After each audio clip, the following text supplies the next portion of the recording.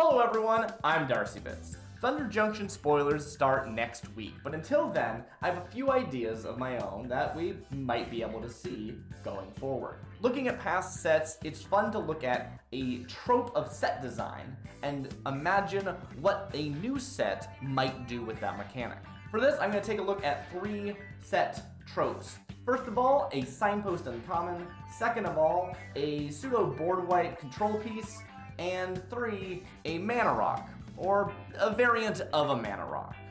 I'll explain when we get there.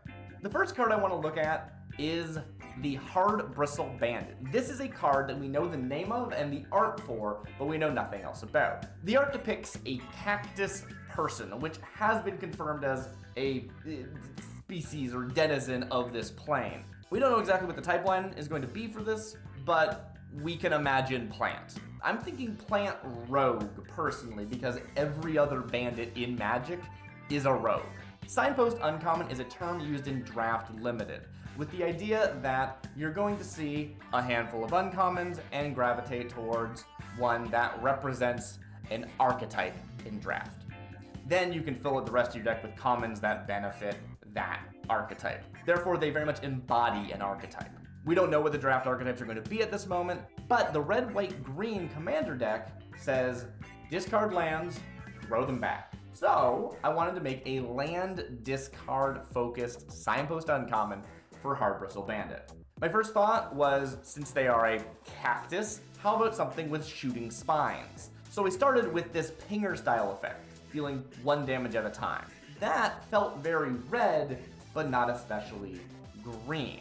And so my girlfriend suggested, what about fight? Which I think is a great idea. So we have Hard Bristle Bandit, a 2-mana red and green 0/3 plant rogue. Whenever you discard a land card, put a +1/+1 counter on Hard Bristle Bandit. Then they have the activated ability, discard 1 or more land cards. Hard Bristle Bandit fights target creature you don't control. This one went through a few drafts. Originally, it was discard a land, do a damage, but I like the idea of it scaling. So instead, it's discard a land, do a fight. But fight has the downside of taking damage, so it's not as versatile as I discard 2 lands to ping twice. You're gonna get hit back both those times. So I instead changed it to being discard 1 or more lands so that it always has at least the cost of 1 land, but you can decide how much you want to grow them per fight. Feels like a really good, clean card, not actually that much text. I'm really happy with this as a signpost uncommon. Next, I want to talk about a pseudo board wipe. Originally, I was thinking about a board wipe that represented heat stroke. The idea of saying maybe there's a red board wipe, but it makes everyone just feel really bad and doesn't actually kill anybody. This is kind of an interesting idea, but it doesn't really feel like red. I was thinking red because the sun is a ball of fire. But other than that, it's not a very red effect. I then shifted into blue, making it more about the sky than the sun. And then once again, my girlfriend suggested, well, this is a white effect that you've made. This exists, there's a real card that does this effect, except for it's not symmetrical. And that made a lot of sense. After all, the white symbol is a sun, something I forget a lot. So what I came up with is Scorching Desert Sun, a 4-mana with 2 white pips enchantment. Non-elemental and non-plant creatures lose all abilities and have base power toughness 1/1. This is a brutal effect. This effect is already what you will see on, I should look up the card, Overwhelming Splendor, a 6-mana with 2 white pips enchantment. Except that is an aura curse that enchants target player and only affects their stuff. This just sits on the battlefield and affects everyone, which both makes it stronger in a multiplayer format and worse in a single player format. 2-player format?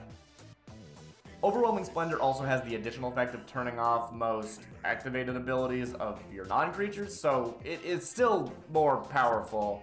I think the 4-mana value is perfectly reasonable, especially adding in the symmetrical effect. Now, it doesn't affect plants and elementals, so you can turn this symmetrical effect into a one-sided effect if you build your deck right.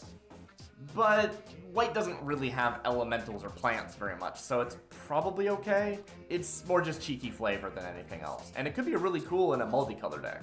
White-green, for example, especially considering what we've seen with the red-white-green deck being plant-focused, right?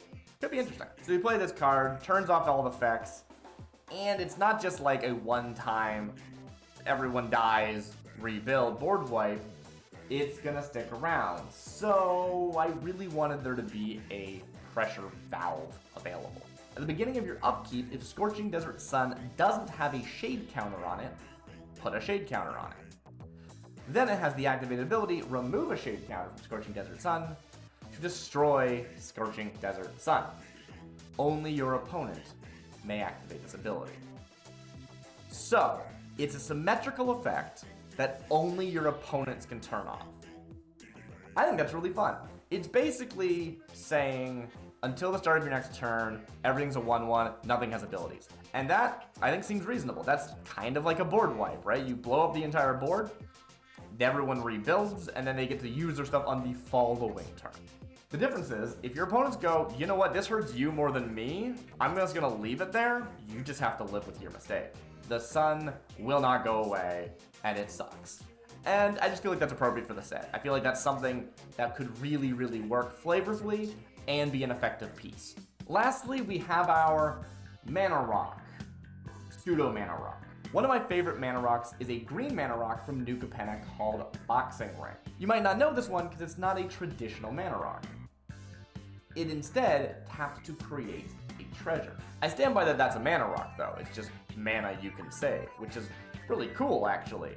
It has the downside of you need to have a creature fight on the turn that you activate it. Now it has an upside of letting you fight every time something enters the battlefield if there's someone who's in their same weight class, let's say. Really, really cool card. I wanted to channel something a little bit like that, especially since, of course I wanted a mana rock that made treasures. It's Thunder Junction. So I have Bounty Board, a 3-mana artifact that says, at the beginning of your end step, put a bounty counter on up to 1 target creature. When a creature with a bounty counter on it dies, create a treasure token. If an opponent controlled that creature, create 2 treasure tokens instead. I like this a lot. It is certainly a slower, more awkward mana rock.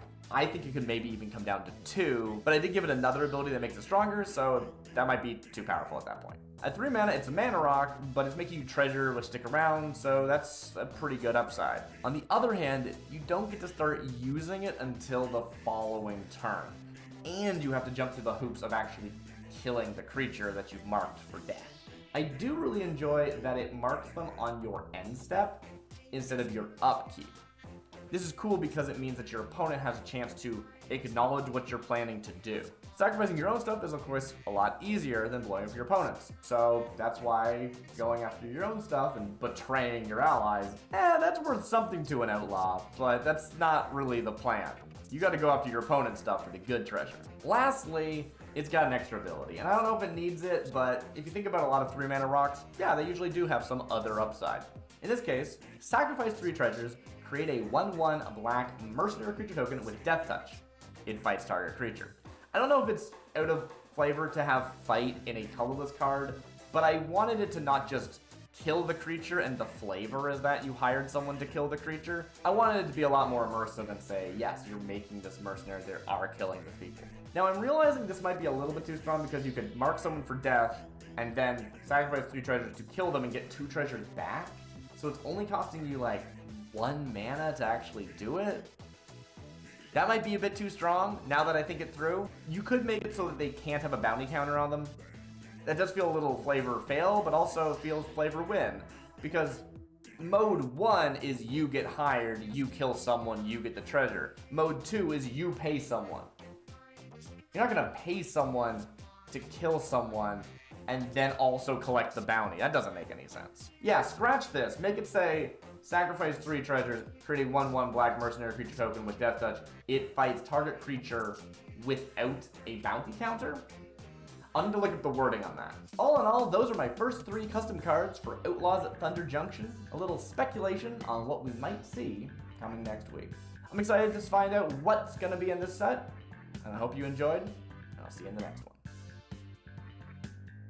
Bye. I guess, I don't know.